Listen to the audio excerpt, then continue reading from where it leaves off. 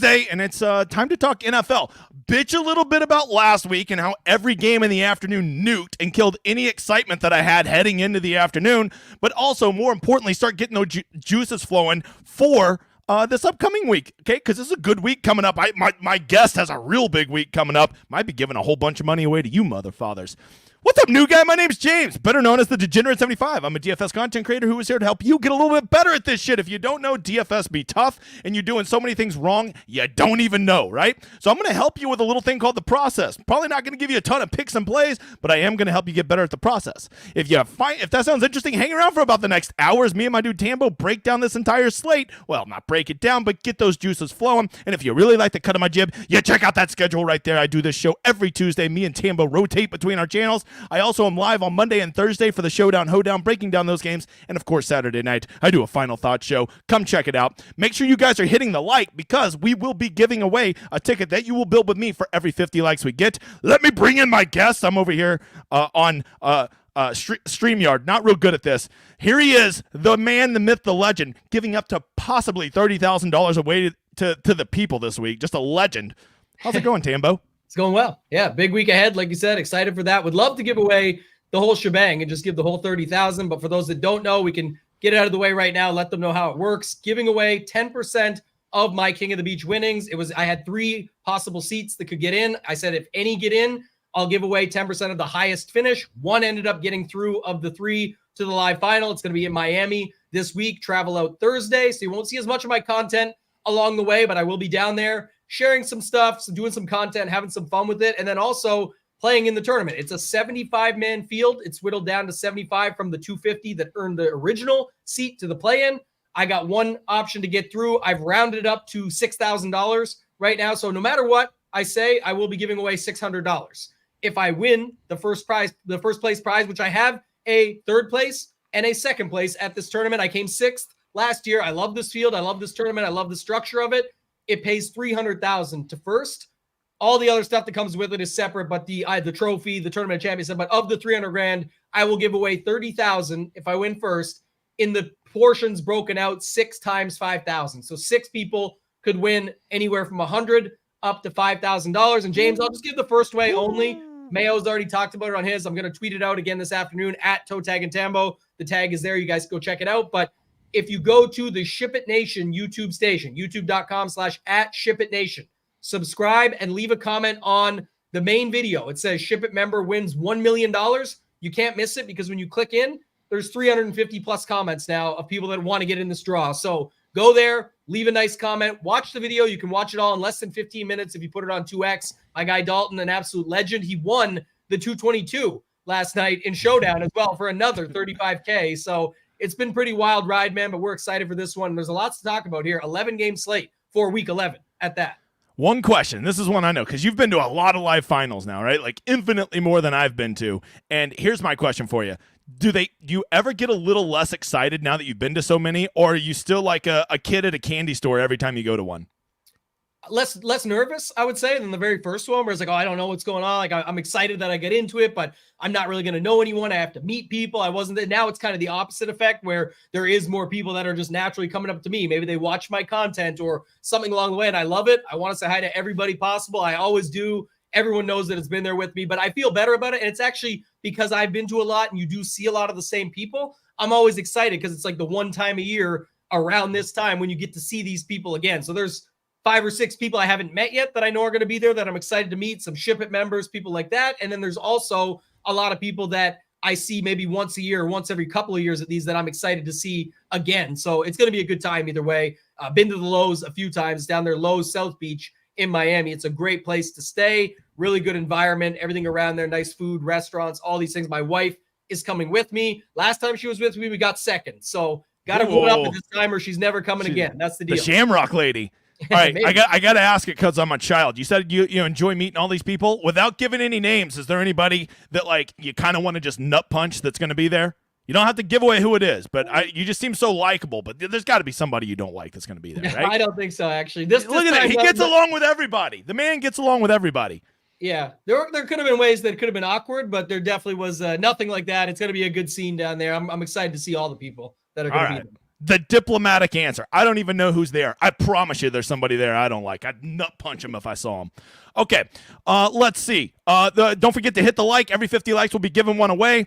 I want to start out by saying this show is brought to you by Ship It Nation. That's Tambo's side, along with Hoop and all kinds of great members over there. And they do all kinds of sports, and they do it all by focusing on not price gouging you and offering you all the tools that you need at a fair rate and focusing on the process and helping you get better at this difficult thing called DFS that we all enjoy.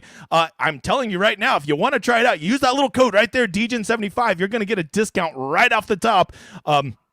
Tambo, you want to sell the side a little bit if I didn't already do it enough? I think you did a great job of it. Use the code for sure because that's the cheapest price you could possibly get right now. $62 a month it works down to. Most sites charge $99, $119, $120 and upwards for all this stuff. If you need to get an optimizer, James and I are both partnered with the Solver. I think his link is down below. You can check it out and go there. That's a way you can get all our projections brought over to it together and have it auto synced and updated. But even when you add the Solver at their promotional pricing with James' site, with mine, it still comes in way less than all these sites single-handedly around the industry. So there's a lot there, and it works out to like $14 a week or something. It gets you all the major sports, plus you get in the Discord, get James' site in there too. It only goes up a little bit. You're able to do it all. So we're focused on the same stuff. That's the main thing. We want to get people better at DFS, find their own process to create their own winning plays, picks, things they can get after to create a process that they make repeatable to win for themselves and not follow others for the wins. That's kind of the angle of it.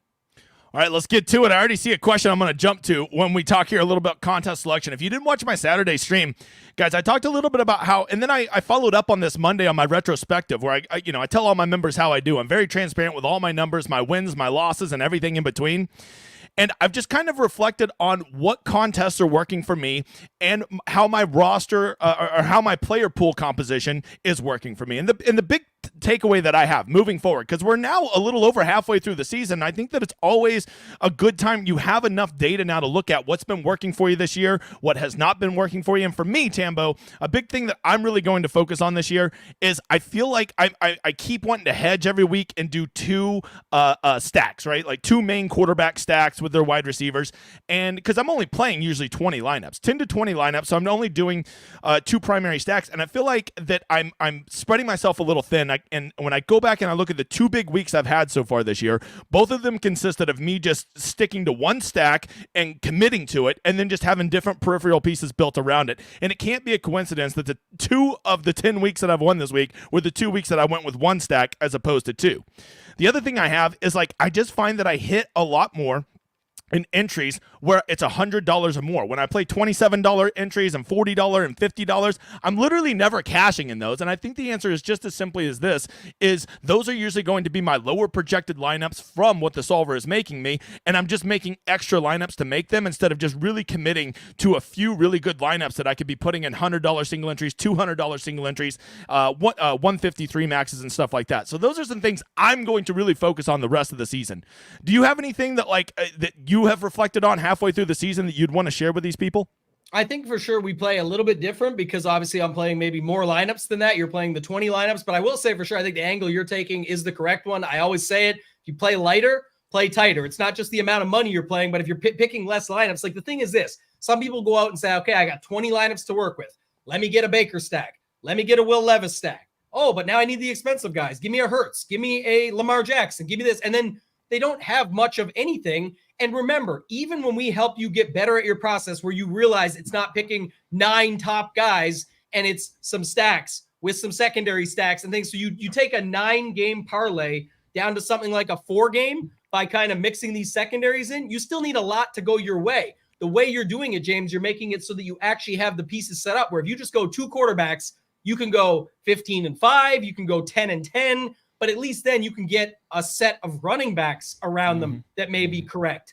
A set of, okay, one has Dell in it. Let's use Houston guys because they've been values lately. One has Dell, one has Brown, or 2 have Dell, 2 have Brown. One has Schultz. You rank them in that order. They get into those lineups properly, and you do it that way. I don't think enough people do it this way. They don't get combos around it. So if you are right, you now have combos to be right. And when you kill it the other way, it's usually just one stack that's getting up there anyway. So if you have 20 lineups with 20 stacks, you might get the one right, but you just killed 19 other lineups in the process. And then what are the chances you got every other piece right within those other 9 spots within that lineup, the other 8 spots?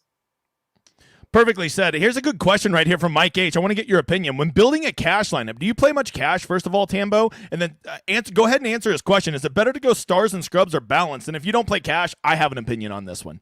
I can still answer, and I'll let you give yours too. I'm curious. I don't play cash, but I do think it's slate dependent. This is another question like player pool size and similar questions that people have, and that's good. We're learning this stuff, and we're going along with it, trying to get better. But this one, for sure, is slate dependent. And there's certain slates, like last week, for example. I know it's not for everybody, but in cash, I can build a good cash lineup. Like I thought everyone was playing McBride, and that made perfect sense. That was like a lock in cash at $3,500 with Kyler back, with no Zach Ertz, with everything. But how many people moved it to the next step and said, I can actually play Ertz with a secondary tight end of a cheap guy like a Ferguson or something along those lines. And now you could really stack a bunch of plays in. So last week would have been good for stars and scrubs because we had a very viable tight end at $3,500. We had a guy like Noah Brown with Nico Collins still out at $3,700. So some weeks will be that way. Other weeks we're starved for value. There's no backup running backs. All the quarterbacks are fair priced, all that stuff. It makes it really challenging. So very slate dependent. That's exactly the right answer. My goal every week is to go try to find the best points per dollar guys on the slate. And a lot of times you'll get incredible values on a slate, usually when there's some type of injury that's going to open up some usage for a cheaper player. But when those guys don't exist, I do tend to go more, with a bunch of 5 and 6K guys that probably have very solid roles. But my goal is always to try to get 3 or 4 values, and then I can go pay up for like a safe McCaffrey, or like in the past, Cooper Kupp was always a really nice cash option because back before him and the Rams sucked, he was like an auto 25 burger, right? So it really is slate dependent is the answer there.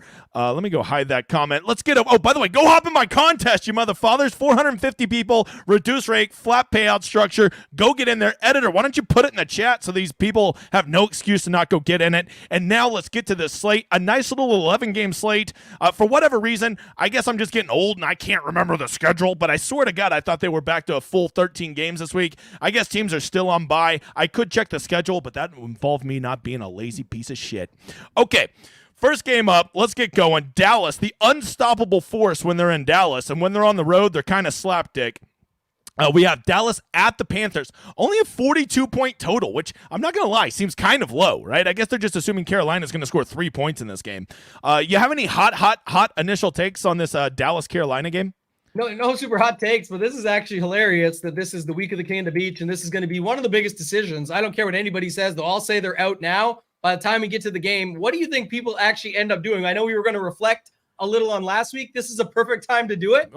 Tony Pollard. So first of all, remember last week people told us there's no way this can be a Dak game because it's going to be a blowout. But they forget that you need to score points in order for it to be a blowout. Dallas does run it up. So what's his ownership going to come in at, do you think, at 6,600 in one of the best matchups on the ground? And I think if you go back to last week before the blowout, I want to say 15 carries was what it was, almost 4 yards per carry. It wasn't like he did anything wrong. He just didn't get in the box and he didn't get need to be used enough. Really, that's it. Watching the game, I know he had at least 3 carries inside the 5-yard line. Might have been 4. I know I watched with my own eyes 3 of them. Might have been more. I don't have the actual number in front of me, but here's what I'll tell you.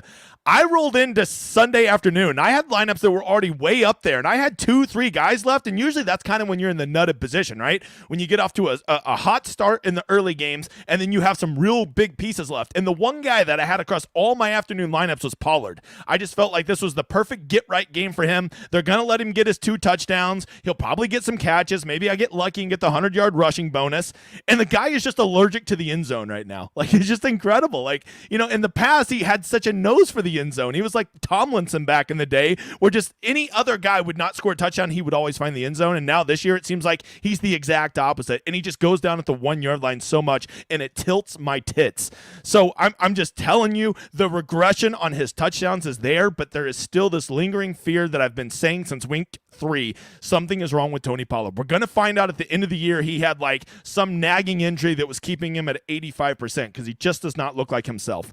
So, yeah, the other argument too is people said this. I actually don't disagree fully, but again, maybe it's not true, but the setup of we always liked Pollard and said he was the guy, but we were comparing him to Zeke, who we knew was not the guy and that they overpaid for. 2, a lot of the good Tony Pollard games we're like, he never got the run we wanted him to get. So of course the dude was fresh in week Right. 14 when he got to come in as the starting running back and like, this guy's so good. No, he didn't. He barely played for 13 weeks. And now he comes in week 14 and slams. This year he's had to do it all. So it's kind of one of those angles as well. It's not like the guy is, super huge out there, anything like that. He's shifty when he wants to be. He's getting the carries still. I think there's going to be people that still play him. It's whether or not he turns into like Mixon from last week, who also gets his chances, did end up getting in the box, but a low score for him. But it just in general, maybe he's just a guy you shouldn't play no matter what. It'll be really tough, and that'll be a decision I'll have to make getting closer to the weekend.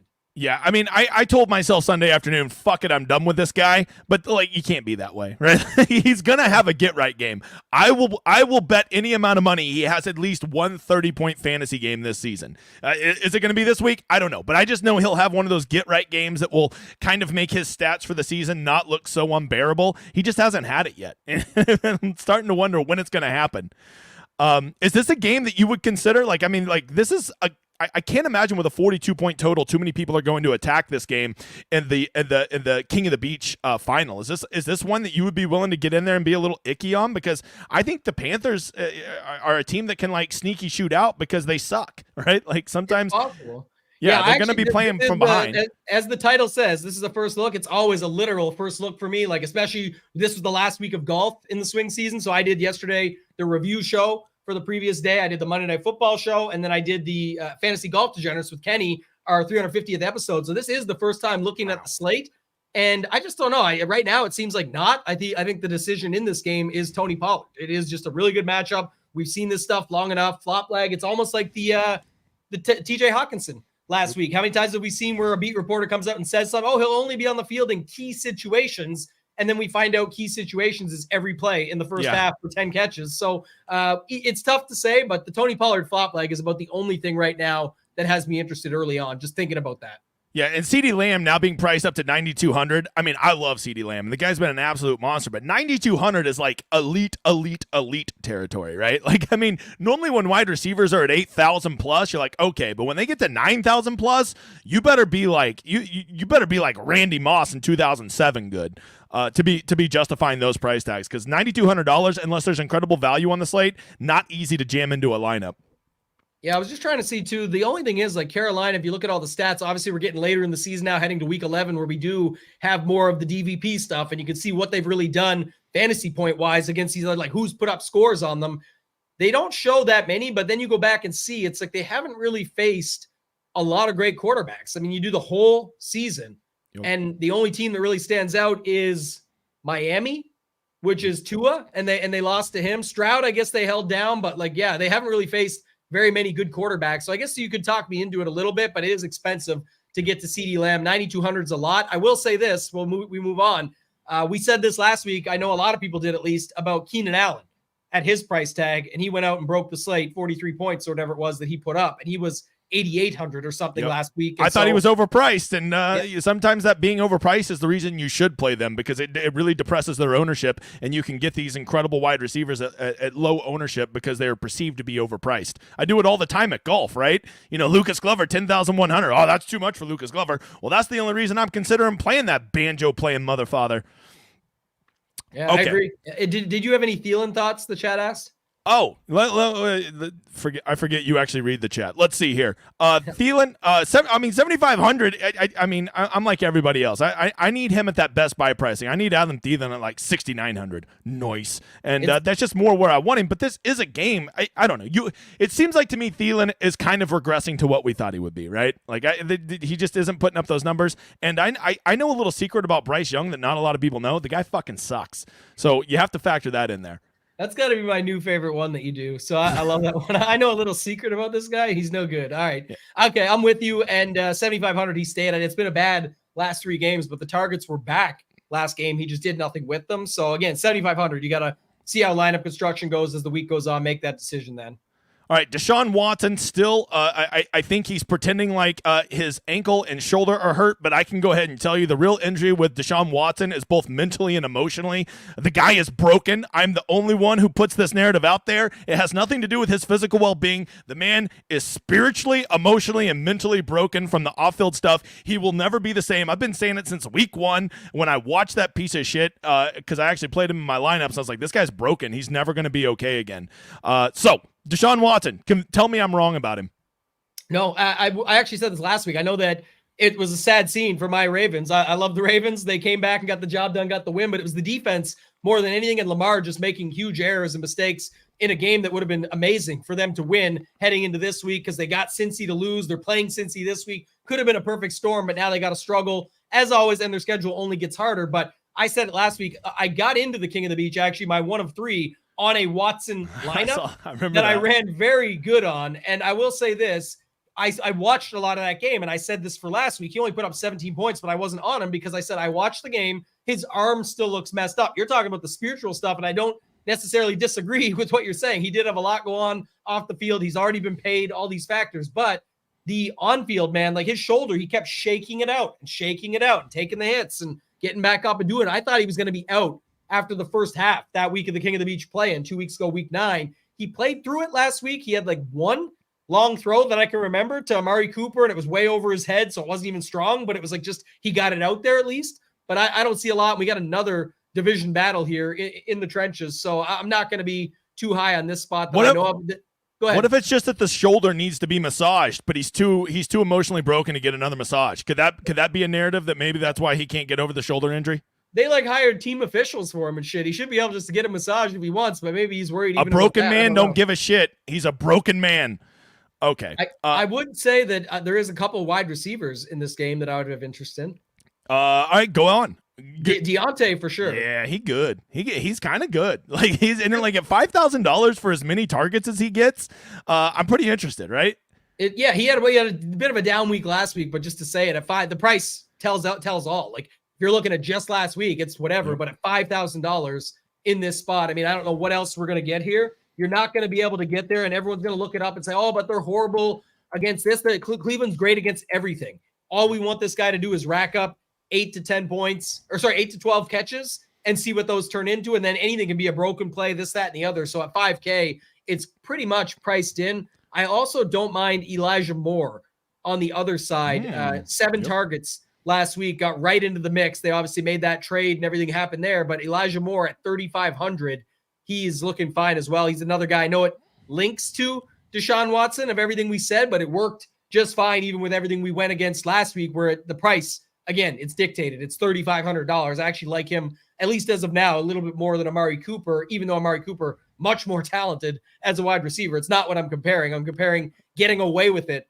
for $3,500 versus hoping to get the ceiling out of Amari at $6,200.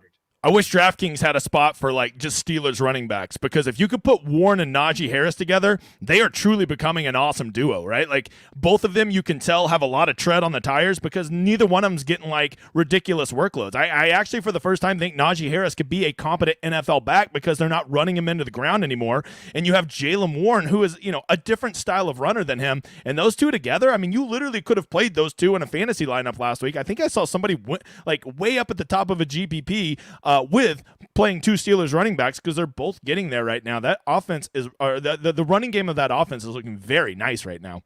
Yeah, I agree. The Najee Harris play got there, but funny enough, the Warren play actually still beat it. Even though I know Warren's good. Warren's good, dude. Yeah, that guy is it's good. Very good. Someone said defenses both in play. They're priced up 35, 37. It's not that they're bad. I'm just saying that's.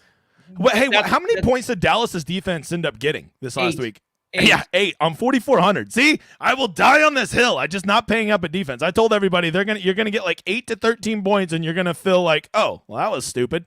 I feel like you just have to know the spot. So I actually paid up more for Seattle last week against Washington Baltimore at 4K because of Watson and Howell actually throwing the ball. But I will note too, one thing I let slip my mind that I think this is why review and analysis is important. And I want to answer Donald's question in a second if you want to pull that one up. But just to say it was that last week was overreaction to, we knew Cleveland was going to tune up Clayton Tune the week before. You just knew it. Tune with Kyler coming back, Why would they not let Toon just throw the ball and get it and do all that stuff? And Cleveland pounded him. So what happened? The next week, it was very affordable. We had the money to spend.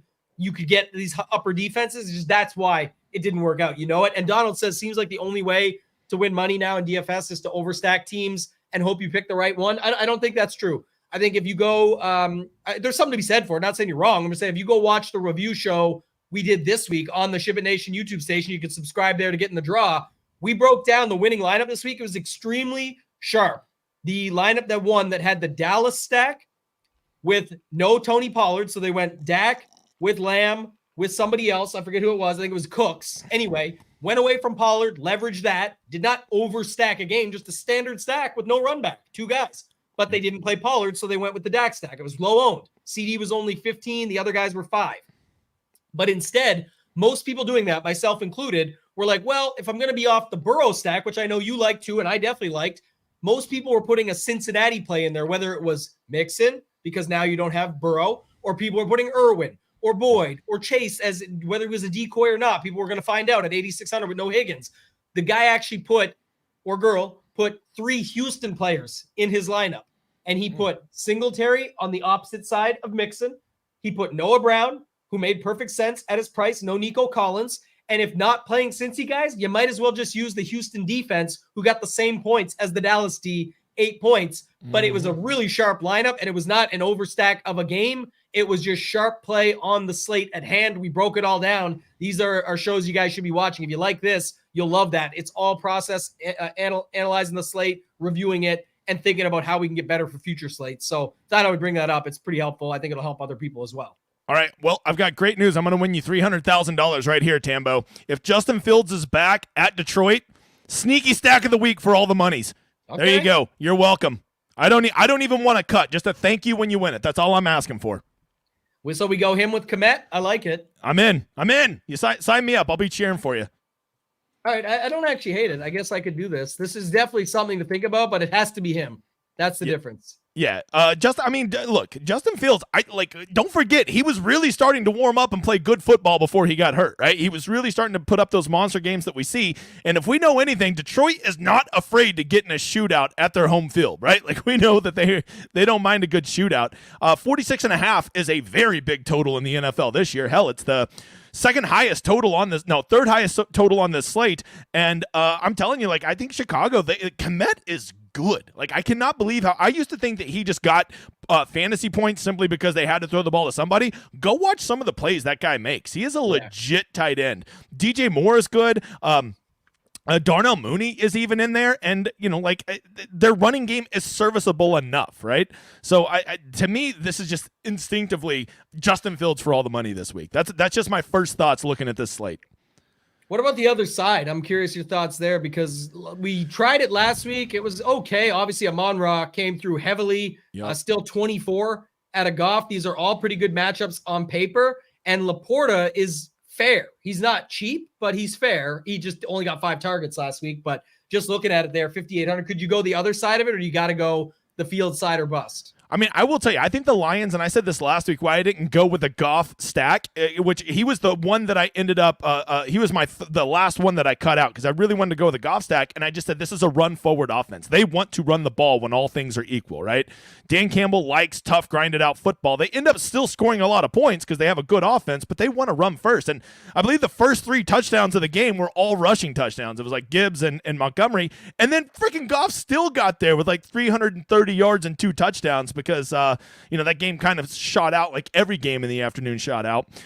So I'm just a little reluctant to play Detroit's side of this game. Of course, I'm going to have a run back if I play Field stacks, but the reason that I don't want to make them my primary stack is A, they're not very cheap, right? Jared Goff at 6,600 is not a free square. Amon-Ra getting up to that $8,800 range is getting up to that elite territory I was talking about on pricing.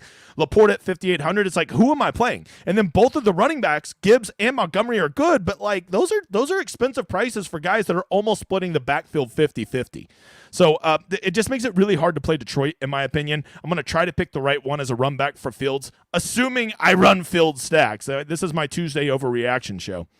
The chat loves the David Montgomery revenge game thoughts, so they're going to sway it heavily to that side. I will say to Jerry Matt, seems cheaper. A lot of things in life seem cheaper, but there's a saying, you get what you pay for. You could have played Everett or Parham last week for the Chargers. Seems cheaper than paying for Keenan Allen. One guy's 8,800 and breaks the slate for 43 points. Yep. Sometimes you got to pay up to get the actual points in there. So it's not saying I'm heavy on it, just saying that's definitely something you got to keep in mind. I don't really care just the price. We play a price game, but it's hard to battle between Montgomery and Gibbs. Last week ended up being both. Maybe we see the same again. They're both at home. I think Montgomery will get the love though, because the price, the narrative, and they're 10-point favorites at home against Chicago, who gets beat up on the ground. So I definitely think the ground game here will get the love, and I think it will side with Montgomery. So maybe Gibbs could be a play in here too.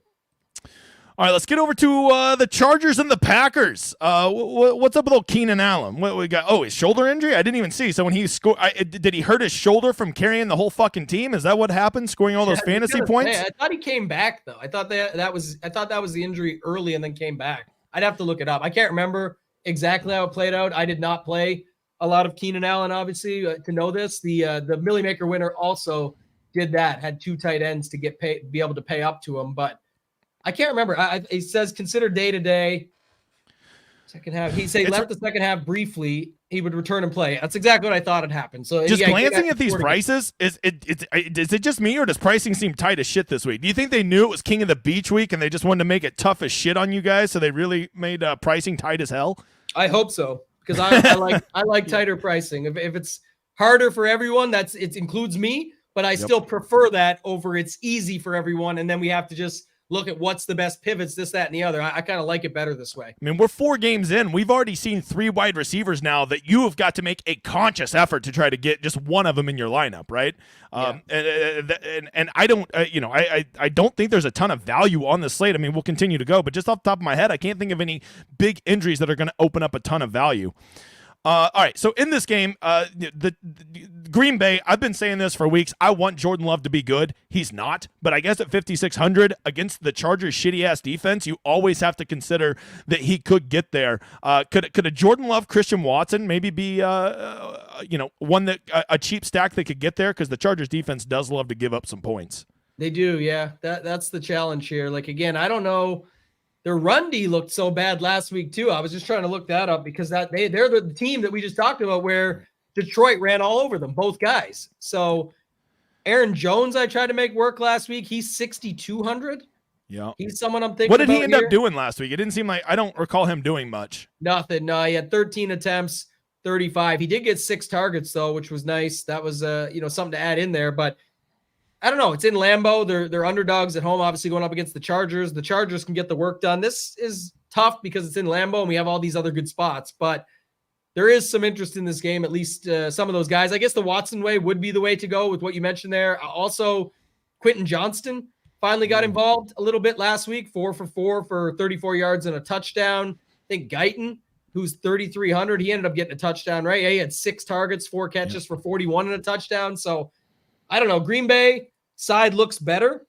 I don't see much outside of that, but I don't know if this would be the spot I would get to here with all these. And this is another game. We'll be checking the weather, on the show Saturday night because, anytime Green Bay in November, there's always a chance of snow. There's always a chance of wind. Just, I really like to get games that have good scoring environments, right? And cold, windy games typically are not the greatest scoring environment, especially for quarterbacks and wide receivers. So always keep an eye out on that, right? Yeah, Eckler, the chat mentioned too, obviously could be a thing. He still had a bunch of work last week. Like if you go back and look, he had, what did he have here? 7 targets. He's got 7, 7, and 8 targets, 19, 14, and 15 carries, 3 touchdowns in the last 2 games. I mean, definitely an option at 8,600 to consider. This is a good matchup. They just said it. You saw what Pittsburgh just did, both guys. It's hard to get $8,600 running backs in your lineup when there's no value, though. I mean, it's really difficult. Yeah, that's definitely going to be what makes it difficult. You said it. But if you go with your Fields Komet stack and maybe do it something like that, you would have potential if this is the spot you choose to target. All right. Arizona, Houston. Something tells me this is going to be everybody's favorite game on the slate. It checks to me that the big 3 boxes, right? Offenses that can put up points and defenses that can give up points. That's number 1. It's in a dome, and we all love dome around here. And of course, you have I forgot competitive, like a competitive line, right? We don't have to really worry about one team blowing out the other, as the line is only 4 points. So this game's probably going to be wildly popular. Houston has been a juggernaut at home this year. Do you think that this will probably be, if you did like cumulative ownership, this will be the highest owned game of all of them on the slate? Yeah, I would expect early again Tuesday. I don't know, just getting here, checking it out. But I think McBride's price not up enough, 4,400 for what we've seen him do. Again, what will he? I'm not saying he'll be the nuts at that price. I'm saying I don't think it jumped enough for what we know he's capable of. Like repeating last week, 4,400. If you knew what you were getting, you would gladly pay that because that's still a great deal.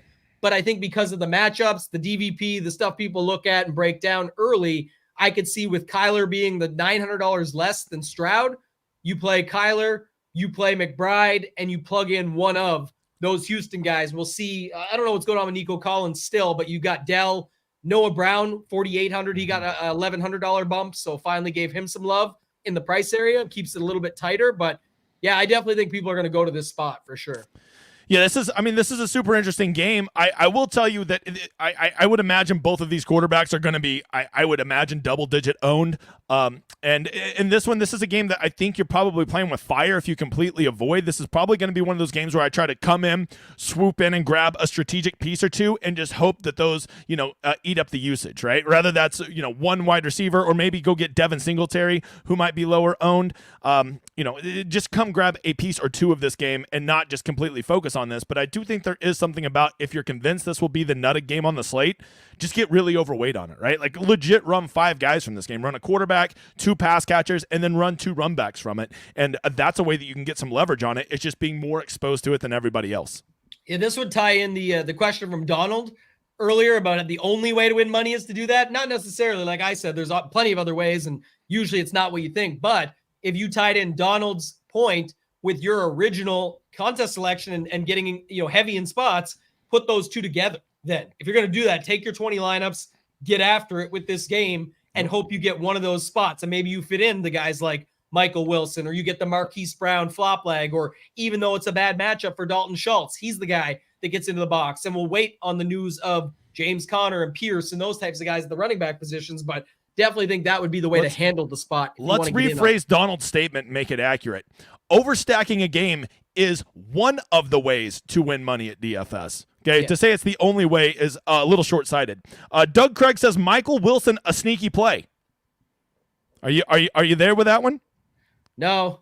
I mean, we did this last week. Mayo loved him. We kept talking about it. He ended up getting 6 targets. Good for him. But I just my argument was, and it did not work out the other way either. And I wasn't on either side of it heavy, but it was like the pricing was still cheap on Rondale Moore. The pricing was still cheap. By the way, Rondale Moore beat him and got 5 for 43 with 9 points on DraftKings. But just to note was Kyler had never played with Michael Wilson. So all the talks of what Michael Wilson done this season already, you would have to think about it coming back the other way. So I think that's what we'll see this week. I think people will continue to take a shot on Marquise Brown. I think they'll continue to play McBride, and I think they'll look for a Houston guy, which is easy because you've got Dell and Noah Brown on the other side that people love. So I suggest it to be a pretty popular thing. And I don't even know if I guess I'm talking out loud first look. I don't know how much I love the short stack because, well, it makes sense and it's different than what other people are doing.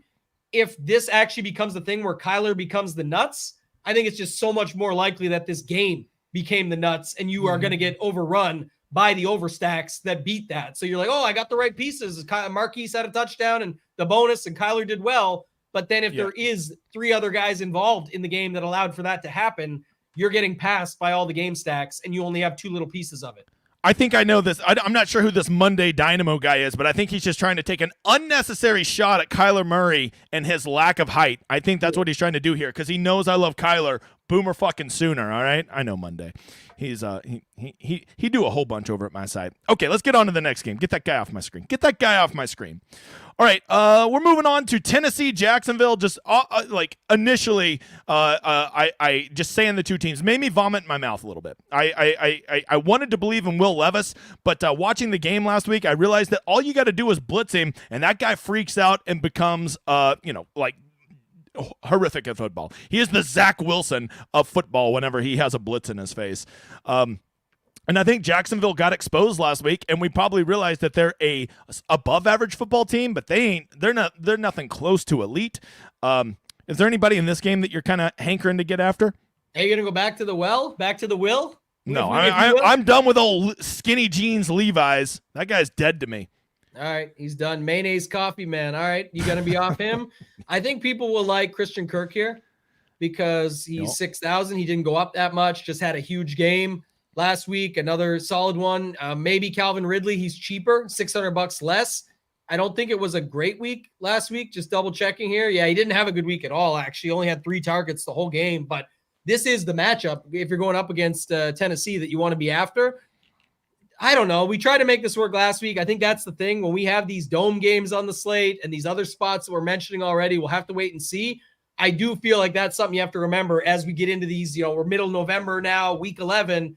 And then, we'll wait and see. The chat just mentioned on Zay Jones domestic abuse, I believe. So we'll see what happens there, but can't imagine he'll be in the mix. So that just opens up the spots even more for Kirk, Ridley. I mean, Zay Jones was out last week anyway, wasn't he? I thought he stayed out last week. Yeah, he was. He didn't play last week. Yeah, so it won't change that up too much, I guess. I shouldn't say that. And then what's Ingram been up to? Because that's the other guy I always like to consider. This is a tough matchup on paper, but still, look at this, man. 7-10, 7-7, 8-8, 8-8, like targets for days every single week. You want to talk about the tight end version of Tony Pollard. Not getting in the box. I mean, this is the guy right here, Evan Ingram. Once again, another guy that I will guarantee you has a 30-point week some point this season. He will have a get-right game. I just don't know what week it's going to be. What if you need Derrick Henry on the ground at $6,300? Getting colder out there, isn't it? We'll have to see. It's not quite that cold, and we're in Jacksonville, so it probably won't be. But $6,300 for him is cheap. The chat just mentioned that as well. So if you watch those games, man, Tajay Spear is like better than him. He's got all the tread on the tires. Derrick Henry just looks like an old dump truck that just kind of like falls forward for 3 yards. It's kind of sad to see how quickly that animal went downhill. That was who was I watching? Oh, Russell Wilson last night. The guy thinks he's fast. It's like, buddy, you're going in slow motion out there. Just stop running. They need to implement. I know they got the win, so good for them, but they need to implement the Sam Howell effect. You got to get that ball out, man. You cannot. What are you looking for? Like, there's nothing there for you. Russell Wilson's still playing Madden, and when he goes to hold the right trigger down for turbo, it just doesn't do anything, and he hasn't realized that yet. No juice. Yep. All right. Vegas and Miami. Here's a rule I made, what was it, week 1 or week 2, and I have not changed yet. When Miami is at home, you do not fade them completely. You've got to play somebody from Miami when they're at home without exception. I will die on this hill. I'm not changing it. Tell me I'm an idiot. No, you're not, but we got more to talk about with this one because they activated Achane. Oh, he's bad. I know he's got a 21-day window, but just in general, there's something there to be said about him if he goes. I mean, I don't know. What do you have his price there? Achane is 6,600. Not cheap, Bob. Not cheap. That's like one play for him. You know what I mean? Like, you ain't wrong about that. Yeah, two drives, and he's got that price covered. So I don't know. I'm not that interested right now, to be honest. I just want to make sure that was brought up so people remember it, know about it. But definitely agree with you on the other angle of stuff. Like, I mean, you're looking at Vegas just getting crushed on the ground so far. Miami could get beat too, though. It's tough with Aiden O'Connell behind the scenes there at 4,900. The price is low. The bounce back of, sort of needing to be in the game. The only way they would stay within it. But I mean, he's putting up 25, 27 attempts, and they're not looking very good. So I don't know. Do you see anything else in here that you've got interest in? I don't see too much. The problem is, man, I'm trying to look at like who's the one Miami guy. Okay, if you're going to play one Miami guy, who are you going to play? And like, Tyreek at that 9,300. Goodness gracious, that's expensive. I mean, I probably do prefer him to all the other expensive wide receivers we talked about. Jalen Waddle getting up to 7,600. He's always my sneaky play for Miami, but 7,600, you really need a legit performance to pay off that price tag. And I think Achane really kills the value of Mostert, and there's not a chance I'm playing 2 at 7,700. So I'm like, who the hell am I going to play then? Like, do I go get cute and try to play Smythe, who just never gets there? Just cardio, man. It might be Miami D, I guess, if you're not getting involved in this game. They're 3,200. Yep. I think O'Connell is slinging it around enough. Like, again, it's not a bunch. I just said it. It's just under 30 attempts, but it's what's the value of those is how I would look at it. So I don't know. The chat's looking for more Jacobs touchdowns. Can we get a 3-touchdown week, they said, from Jacobs? Yeah. What about Devontae Adams, best by pricing at 7,900? Yeah, it is interesting. I was actually looking at that. It's the first thing that stood out when I clicked over to the wide receivers, and I was like, man, 7,900 coming off a 13-target game. The squeaky wheel effect a little bit, I guess, too. Like, obviously just saying he want, get him more involved. He can do a lot with it. Now he gets 13 for 86. He only could catch 6 of them. I mean, that's the tough part, but don't really see much else that has me too excited as of right now. Jacobs at 6,800 does seem underpriced. If the Raiders are competitive in this game, I don't see any way that Jacobs isn't highly involved in that.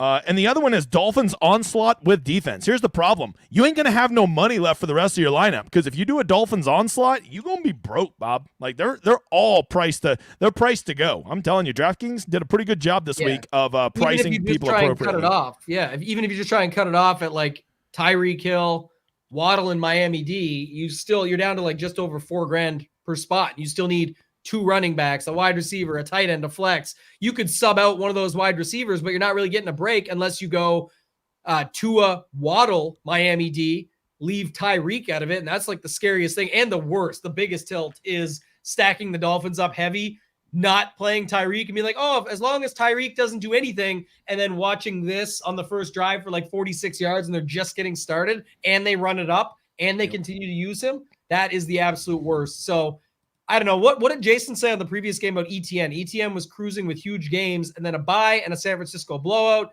Expensive and will be contrarian, but if Jax dominates, it will be him, low-owned stud. How much was he? We'll go back to that real quick before we move on. ETN I think was 7,200. I was looking at him. Yeah, 7,200.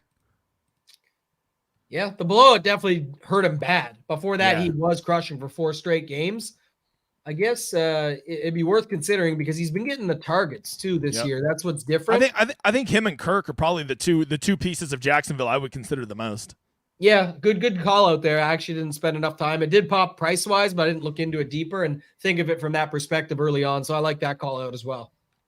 All right, the Giants in Washington. I mean, hold on. What's Washington's defense? That's the most important thing. 3,600. I can already tell you who the most popular defense this week's going to be. Yeah. The Giants roo bad. Old Tommy DeVito, he bad. I just think the Giants are unplayable right now. Washington, I actually worry they actually have a pretty good offense as far as like for fantasy goes. But like with a 37-point total, is this really where I want to go whenever Sam Howell's now priced up to 6,300? Tough to do for sure. That's the one thing. I mean, looking at the other stuff, I'm just trying to see here. Saquon week, 7,100 is not so bad for Saquon for a dude that can hit some home runs. Yeah, Saquon's 7,100. So what did he end up with last week? And one thing I want to look at is I know that the previous week when we got 36 carries, that was a Tyrod week, right? Yeah. And then it kind of flipped, and now we've only seen 16 and 13. Obviously the blow up, but I remember him having carries late in that game last week. So, I mean, obviously the blowout doesn't help him, but I definitely do remember that. The spot here, let me see, just for Washington, it's not bad. Looks like it actually is better for the receivers and for quarterbacks, just quick glance. But of note, I mean, that's something you could look at. 6,300 is a lot. The defense, like you said, will be popular. Maybe it ends up being the opposite defense. So I will say that'd be one point I would bring up. $3,000 for the Giants, opposite of Washington, and going up against Sam Howell, who loves to throw the ball. What about a little Barkley Giants defense correlation, right? Like maybe the Giants come out and surprise. I mean, NFL teams, even ones as bad as the Giants are right now, are always live to come out and win a game versus another NFL team, right? Like the difference in these teams is not that dramatic. And if Saquon can come out, run the ball, they can control the game. You get Sam Howell to throw a pick six or turn it over, maybe fumble, something like that. I could see a path to Saquon and the Giants defense being correlated very nicely, getting ahead. Maybe he gets 2 rushing touchdowns, Washington scrambling to try to get caught up, Sam Howell's getting blitzed, throwing interceptions, fumbling, taking sacks, and you look up and the Giants defense has 17 points, Saquon has 32, and you've just hit a correlated play that nobody's on.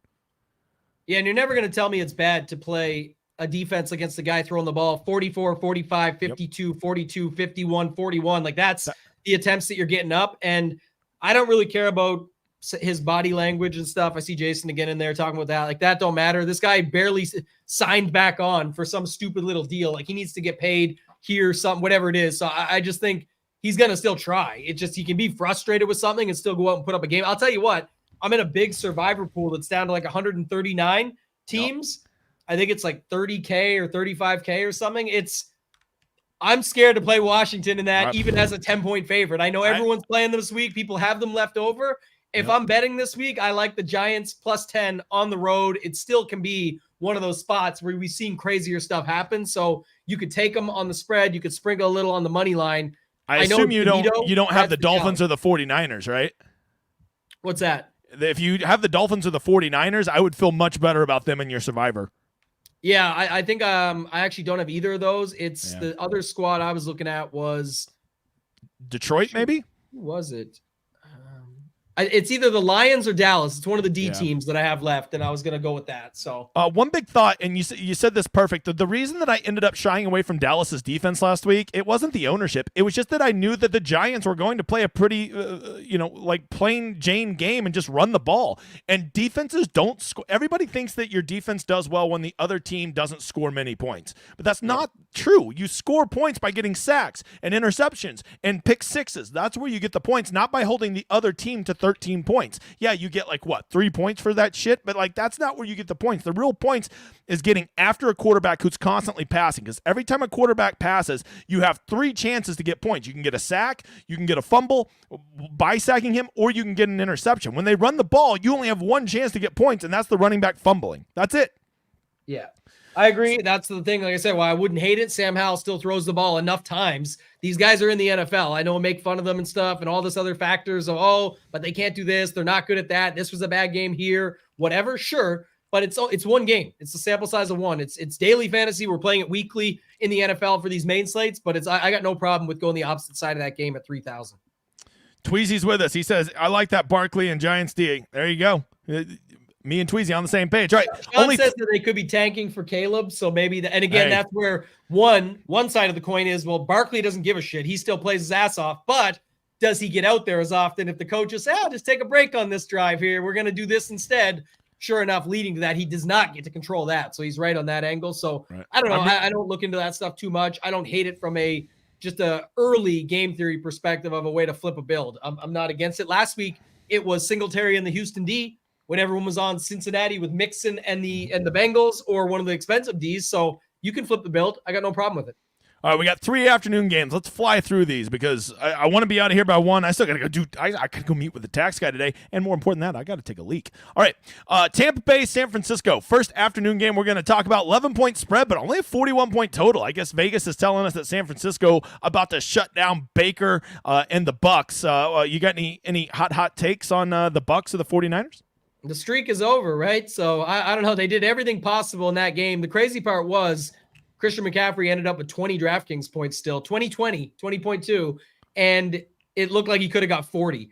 Yeah. So, I think, that's what's going to make it tough to pay up for other spots and other things here. When you've got him at home as a massive favorite, he's $9,300, but you got to think the spot is pretty good for him. So I don't care about any of the stuff with rankings and stuff in this one because it's different. Christian McCaffrey is different. He gets open. He gets all the opportunities. And what do you have last week? 16 on the ground and 10 targets.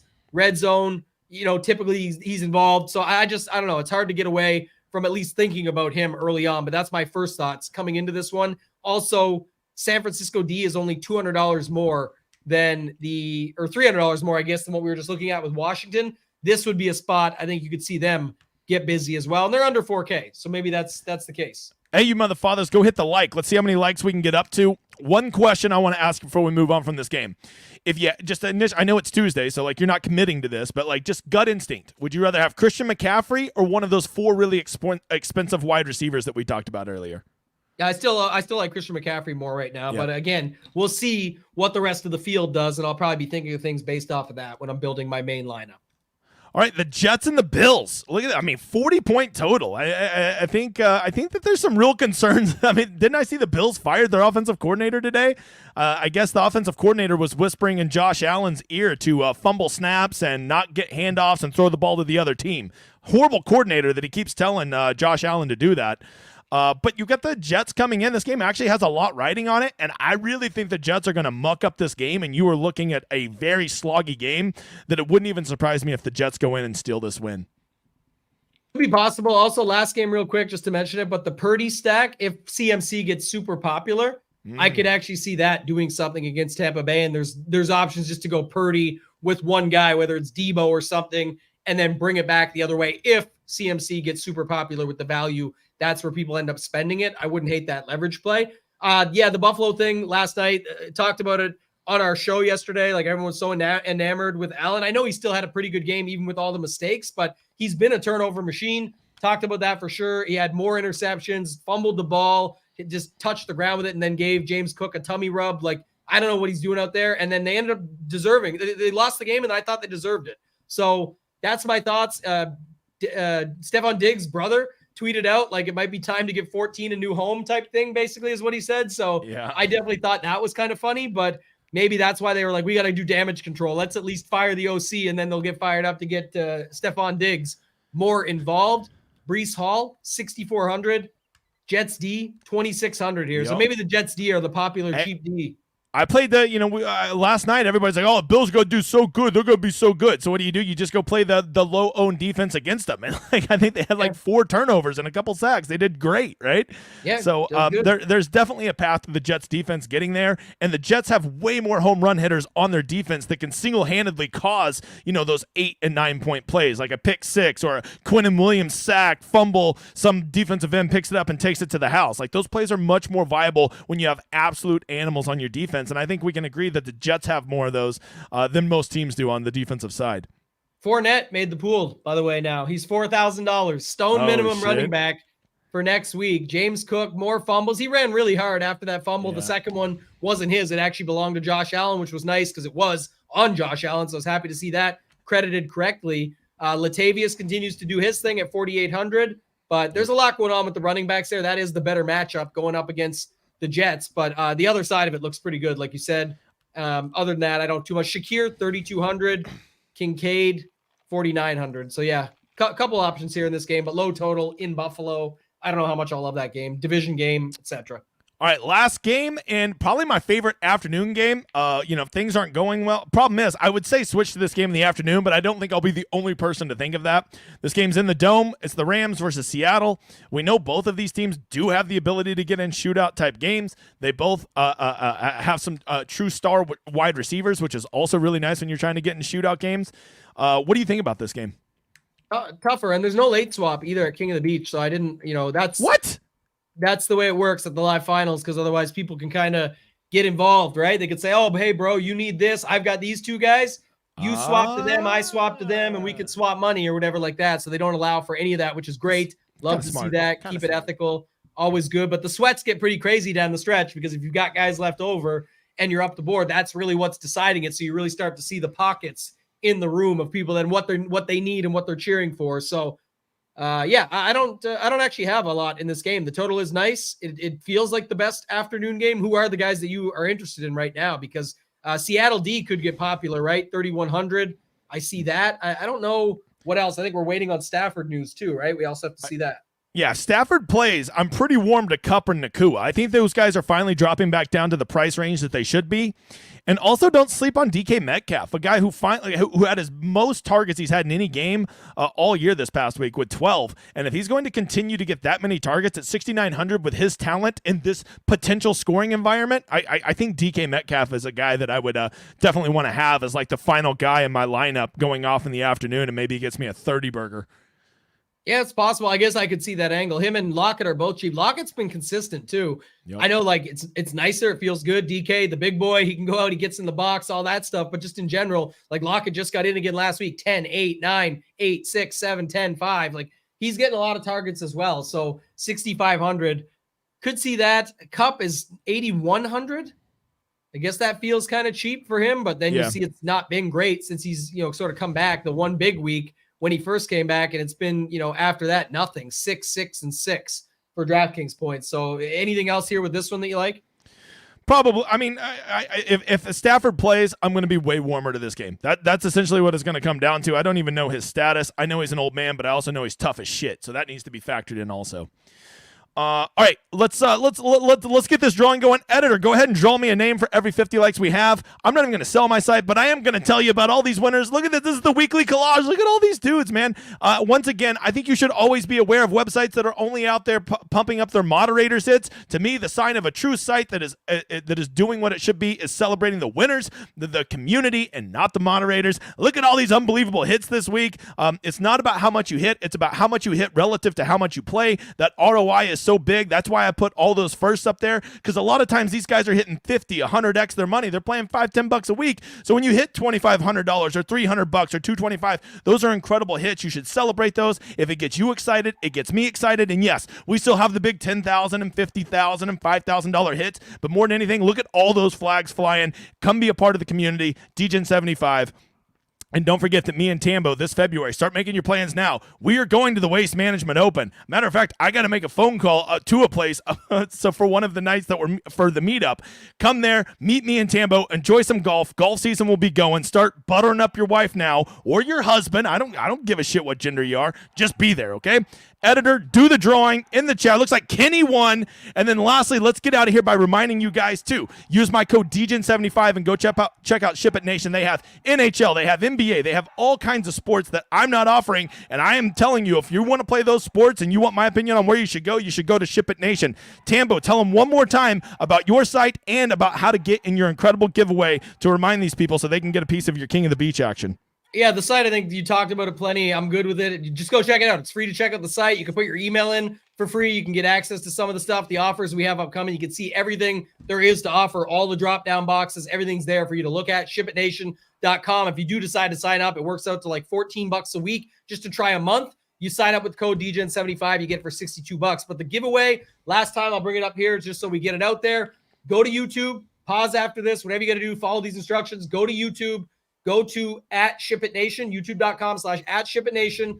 Go and subscribe, and then go to the main video. It says Ship It Nation member wins $1 million. We had a member ship for $1 million. James just brought it up. I love that call. It's not what we win. I'm going to have my wins here and there along the way. I have. It's worked out that way. Hoop the same way. The rest of our team, all of that. But it's not how much we win. It's how much we help you win, the members. And that's why you go to that video and leave a comment. That gets you in the draw. Right now, I think there's 300 to 350 comments. So get in that draw. Somebody's going to win, already winning 100 no matter what, just for leaving a comment. That's the opportunity, up to $5,000 if, hopefully when I win first place at King of the Beach in Miami this weekend. So thank you guys for all your support. I appreciate everyone out there, all your well wishes, excited for it. Hopefully I can bring it home and get you guys some bigger payouts for the giveaway.